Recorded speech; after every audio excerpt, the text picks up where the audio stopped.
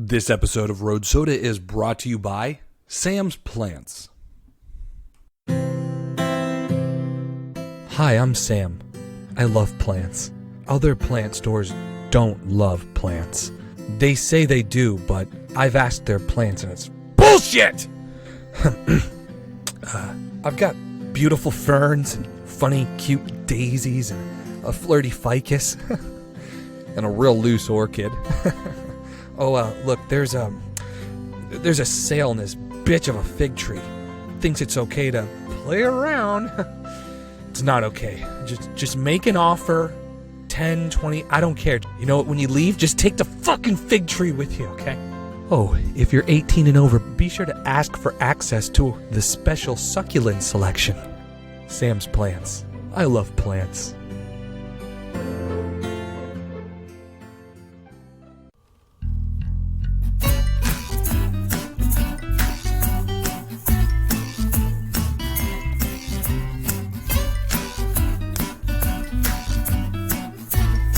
Hello and thank you for cracking a road soda.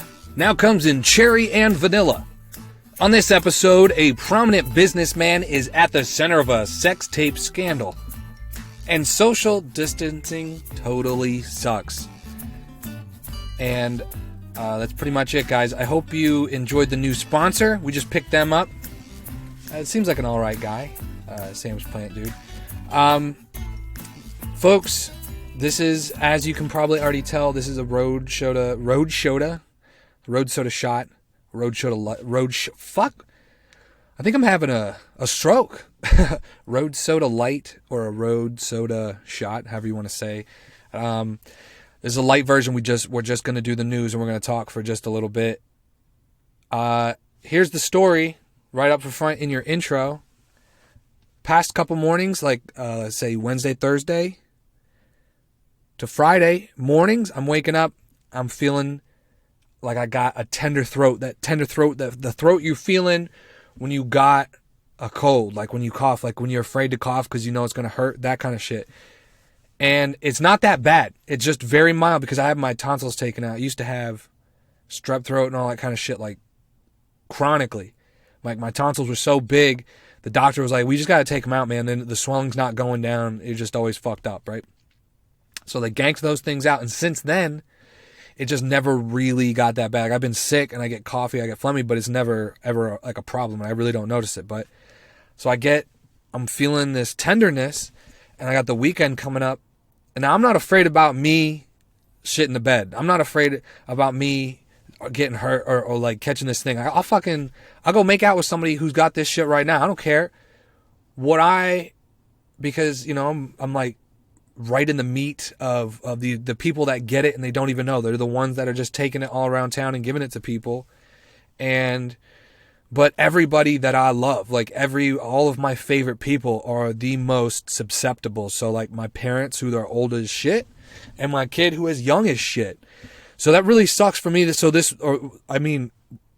sucks because I made a decision to not see them this weekend, which means I was not able to do record the podcast how we usually would, like because I couldn't even go get my equipment because my equipment is at the house where they are, and so I would have to go get that equipment, and I just don't even want to risk that shit. Like I know for a fact that if my parents caught it, it would be for me, especially because I know that my father doesn't really go anywhere, doesn't do anything, and I'm the only person. I run out, I'm all over town, I'm doing shit, and then I go over to his house and he gets fucking sick. Like it would be directly like there's no ifs, ands, or buts. Like I killed him.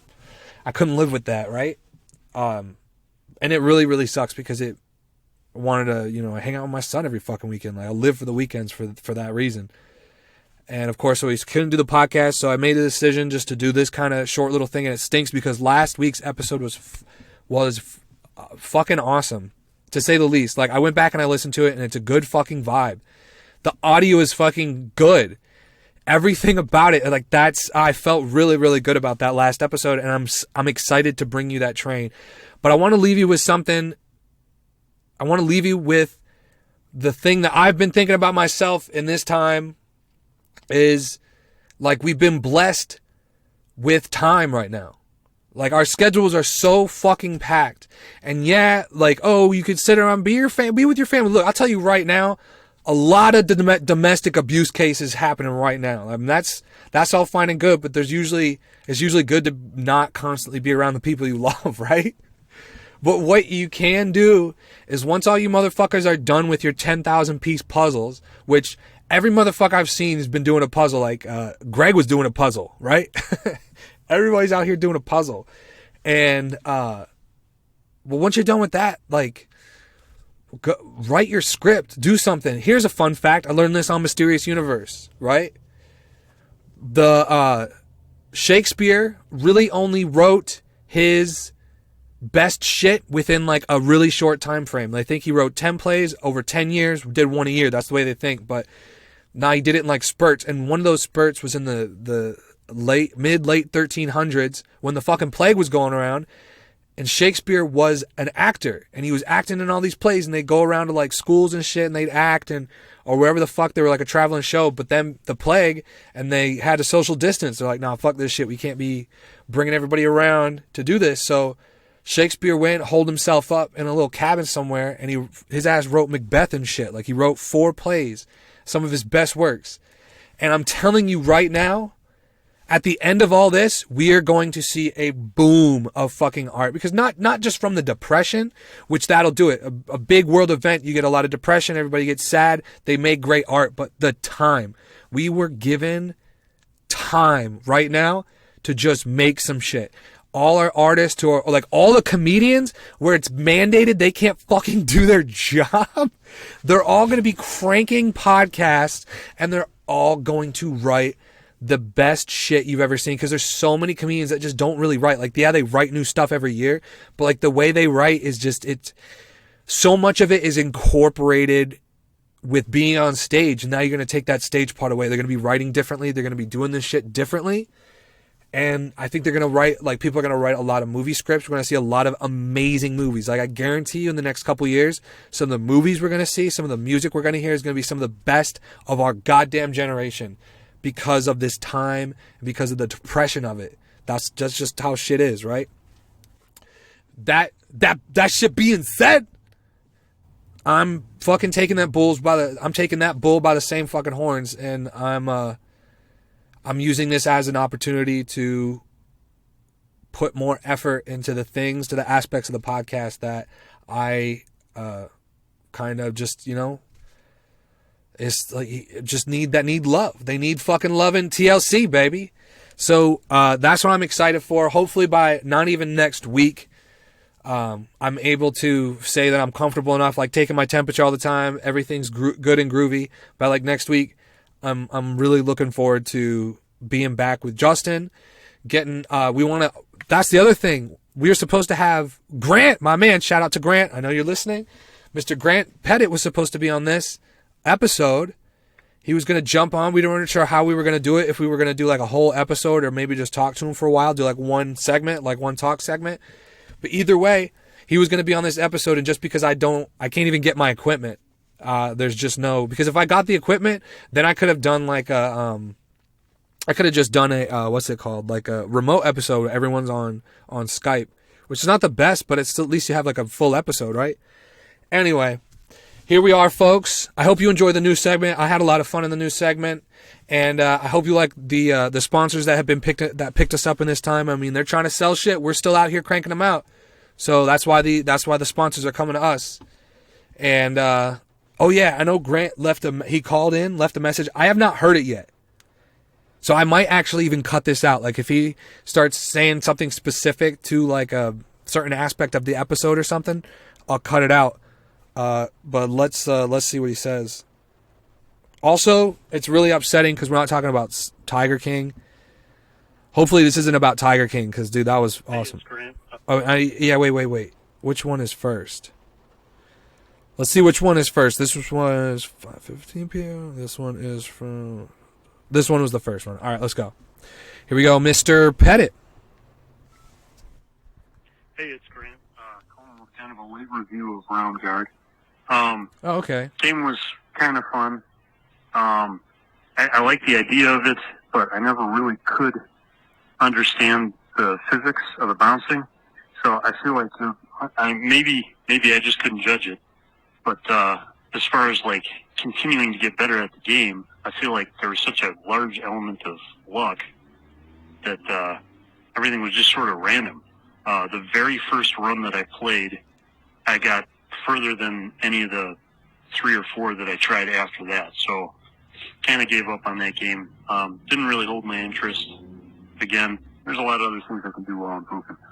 So for a shower thought, this isn't so much one that I've had recently, but I remember as a kid wondering a couple of different things like, what if everyone else is aliens and they're just, lying to me and I'm the only one who's not an alien? Or what if everyone else is, or what if I'm like mentally handicapped and everybody else is just humoring me or patronizing me or condescending to me?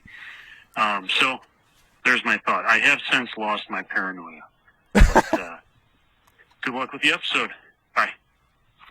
Dude, that's so funny. There is a there's like a video, a clip, I think it's a TikTok that they play on Your Mom's House. Or they played it a couple different times, and it was this girl, and I think she's actually kind of famous on the talk. I don't know because I'm not really on there, but she goes, "Have you ever wondered if you're actually retarded and everyone else is just lying to you?" And apparently that's like a really common question. That's like a really common question that people ask themselves, as you have just stated. Because I'm not sure if you're on board with the Your Mom's House or not, but everybody that they showed it to on the show also was like, "Yeah, I've thought about that." All right, so here is and you guys can call in too. Here we go. This is also.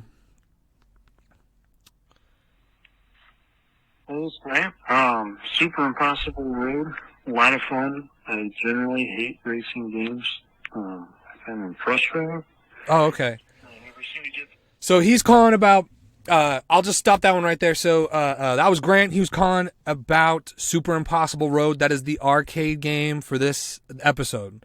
But this episode, we're not going to be doing the arcade, which is Super Impossible Road, and we're not going to be doing the Tiger King, which, of course, everyone has been talking about Tiger King ad nauseum. Still not over it, though. Like, everyone's talking about coronavirus. Over it. Totally over it. Tiger King, not over it. I don't know if I can get over it. They're supposed to be releasing a new episode this week. So when you listen to this episode of Your Mom's House, not Your Mom's House, this is not Your Mom's House. Wow, Isaiah. When you listen to this episode of Road Soda, holy shit. See the fantasies I'm living in? When you listen to this episode of Road Soda, you will know that this week at some point that Netflix is releasing a special episode. At least I saw a headline to an article that I did not click and I did not read, just like my dad does, and I make fun of him for it. But it looked all right. It looked legit. And plus I know that Netflix actually did show up at, like, a production team did show up at the I don't know if you saw the tweets about it. That was a tweet from Netflix. And they brought a camera into the jail or into the little conference room thing that you can do, conference call, and they had an interview with them. So maybe they are just slapping something together because the fucking hype. Bro, they know when they're on a wave. They surfing, bro. They know when they struck it out of the park. Damn, bro. But anyway, we're gonna talk about the Tiger King once we actually have people together. You don't want to hear me ranting about it. So we'll talk about it. We got our friends here, and we'll also talk about Super Impossible Road. That's the arcade game. You can send your thoughts in writing to roadsodamail@gmail.com, or you can call in 706-200-1213. Leave a voicemail. I think the voicemail is like 2 minutes long, is how long it can go. And tell us what you think about some of that shit. But for now, enjoy this episode. Enjoy the news. And enjoy. And now, another word from our sponsors. This episode of Road Soda is brought to you by Poppy's Wigs. Welcome to Pappy's Wigs. Wigs so good you're guaranteed to not get a compliment. Is your wig old and smelly? Are you sick of people noticing your wig? Pappy's Wigs. No one will notice your wig or your money back. You want a toupee? We don't sell toupees. toupees. We sell wigs. My father was a wigger. My father's father before him was a wigger. And I'm one too. We don't make toupees. Understand? Don't go to wigs and things unless you want people to compliment your wig. Something like, "Hey Dave, nice wig." Then what do you say? Thanks? Poppy's wigs. Unnoticeable. No one will ever compliment your goddamn wig is what I'm trying to tell to you right now. It's the perfect wig. You know how hard it is to sell a perfect wig? Nobody ever fucking notices if you've got a wig on or not. We've got the best goddamn wigs and we can't even fucking sell them. Poppy's wigs. Come on down to Poppy's Wigs and get a wig today.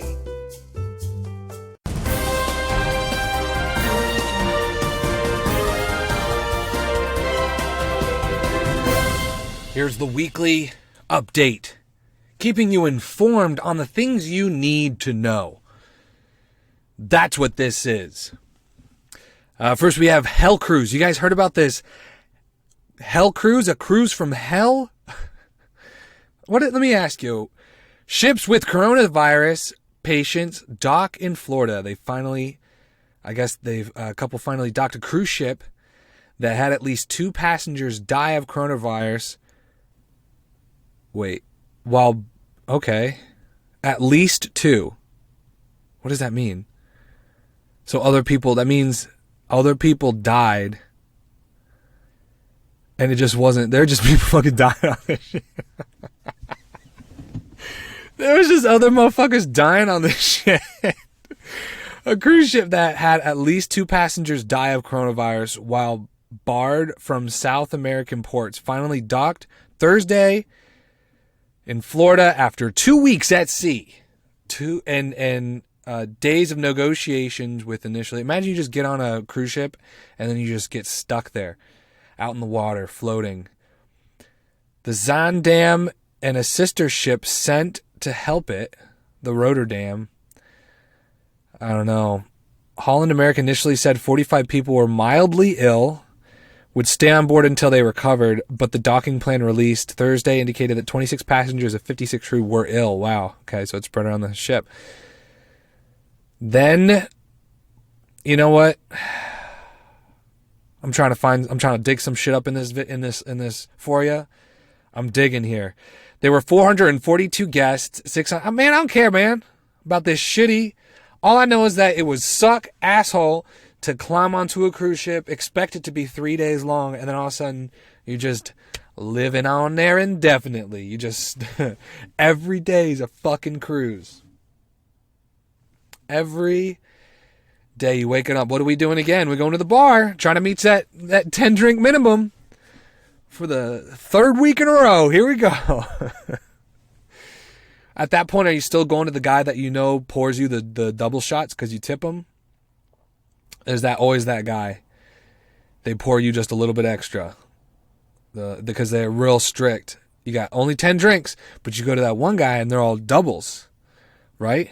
It's probably all bullshit. He probably does it to everybody. That is expensive. I don't know why I said that's is expensive. Here we go. Here's the 2 kids hospitalized eating. Whoa. Okay. How are we going to make this funny? After eating THC-laced candy from Utah Food Bank. Wow. So again, I just read the headline and then I put the little, but I think I saw somewhere in here. A food bank in Utah and police are investigating how THC-infused candy got mixed in a food donation and led to 2 children being hospitalized. The church handed out food bags to those in need, and somehow THC-infused candy medicine. Candy medicine. That's the funny part.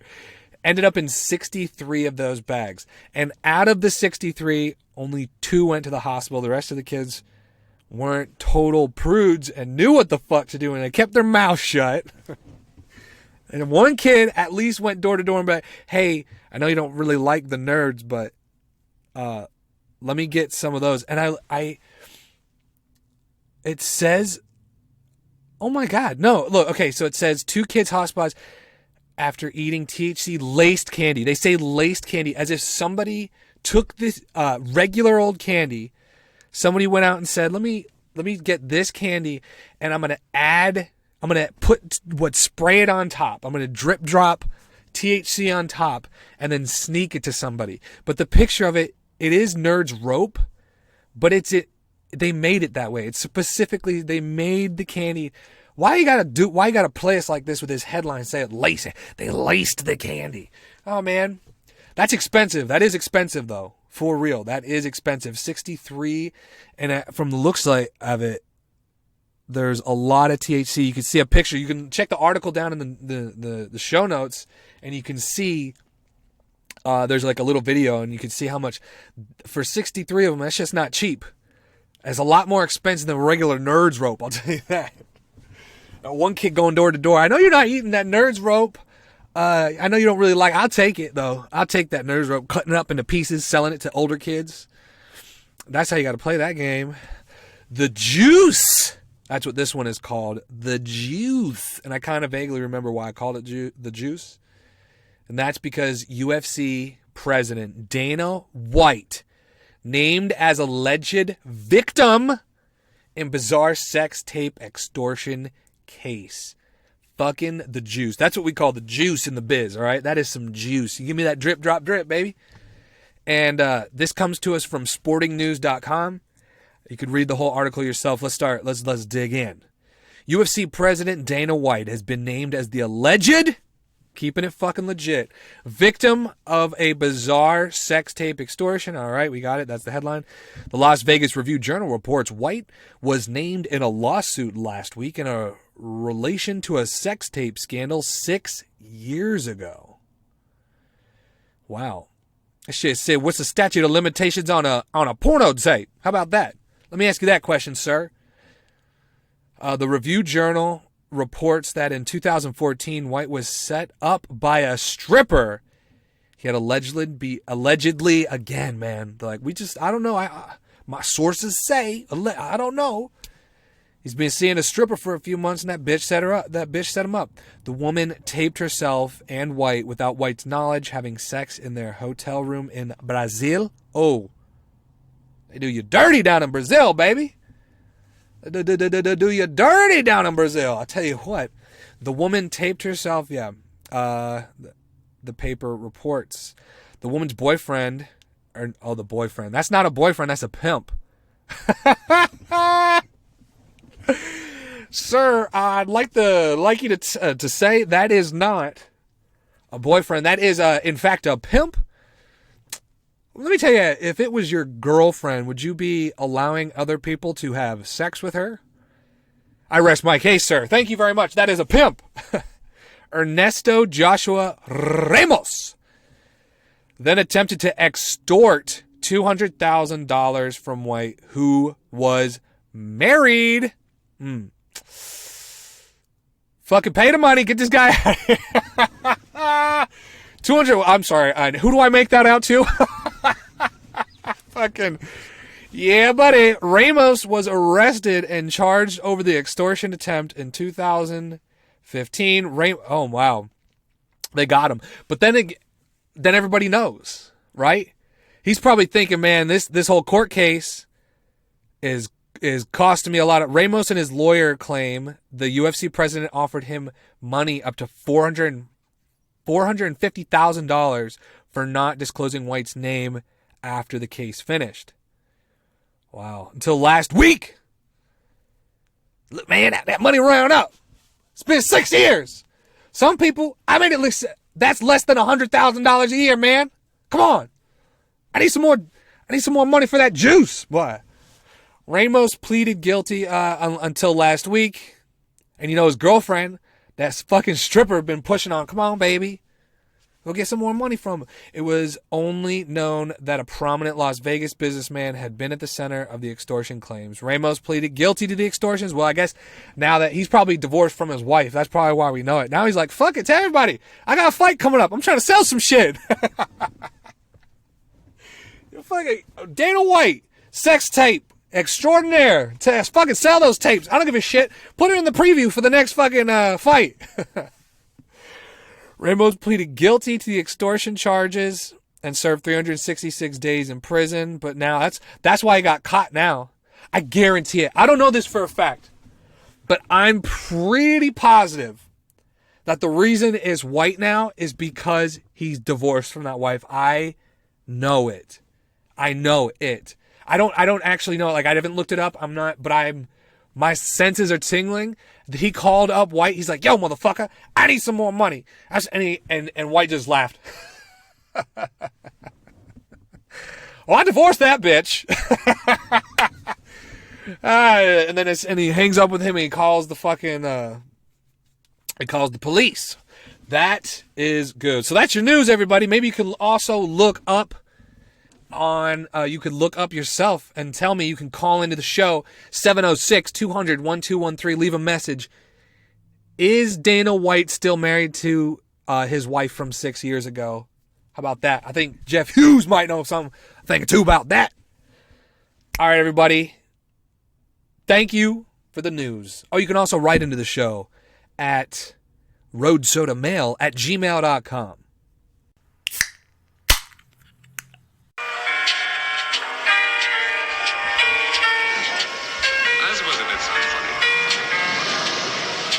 What did we learn this episode? Huh? What did we learn in this brief, shortened version of our episode? I'll tell you what I learned. I learned where to get a wig. I learned, I learned that Dana White is probably divorced. Most probably. I learned that this is the time when we are going to be creating shit. That's what I learned. And I'm happy that you guys joined us, and I hope that you take that shit to heart and you do go out and you try to create something. Like, if you're trying to write a script right now, look, I just discovered NF. All right. I'll put a link to his music video, The Search, in the show notes to this, because, and also you should check out When I Grow Up, because that was the first song that I ever heard of NF. And I heard When I Grow Up, and I was running, and that shit was in my ears, and I was fucking here for it. Like, I was on it, right? And then I heard The Search, and a brick was shit. It's the first time I ever heard this dude, and I played that song twice back to back right then and there. And since, I've been like addicted to watching these reaction videos, like people sitting down to watch The Search, which is his newest. It was like he dropped that song to announce his album, and then his album's already been dropped. Like, it's already been since 2019. But, like, When I Grow Up, it's just inspiring. It's art. I don't care whatever the art is. Maybe it's this podcast. Maybe it's rap or a book or a movie. Like, if you have a creative bone in your body, fucking flex that shit right now. Like, this is the time to be flexing that shit. Everything's fucking David Cho, the most famous living artist. Like, he is the most valued living painter right now. If he goes and he paints his name, just like takes like a marker and writes his name on your fucking wall, it increases the property value of the fucking building by a great sum. He makes all kinds of crazy shit, like art, and he makes some music with like, you know, Bobby Lee somehow attached to it and shit, because I think it's his cousin. But when he does that, he's got a band called Mangchi Hammer, and I think it's just the word hammer in Korean, and then hammer, so Mangchi Hammer, right? And they just fucking lock themselves in a cabin out in the middle of the fucking nowhere with no electricity, no cell phone, nothing, and then they write the albums. Like, this shit is a blessing. I know it sucks for a lot of people, and I don't know who out there is out of work or anything, and if you are, I fucking feel really bad for you. I really fucking do. And I'm not being sarcastic, and that shit's terrifying, it's scary, and I hope that you've got somebody to help you out right now, because it's fucking dark out there, and if there is a way for you to sit down and maybe just try to make something that's going to make you feel better. It's going to make you feel better, and it's going to be, and this is the time for it. So thank you guys for listening. I hope you crack a road soda next week. Hope you continue cracking these road sodas because, bitch, you on the ground floor like right now. I don't know if you all seen, but I posted a picture of the 100% retention rate over 7 weeks. There's not a lot of you, but y'all listening week after week and nobody's dropping. And that is incredible. That's crazy. Anyway, I'm really, really excited for the projection of this podcast. And I know we make a good show. And I'm glad y'all are here for it. And you're here hanging out and enjoying the show. And I hope you guys continue to be a part of the show. And I can't wait to see where all this shit goes. And of course, have a great week. Remember, be sure to go to sleep early. That's shit. Go to sleep early, motherfuckers.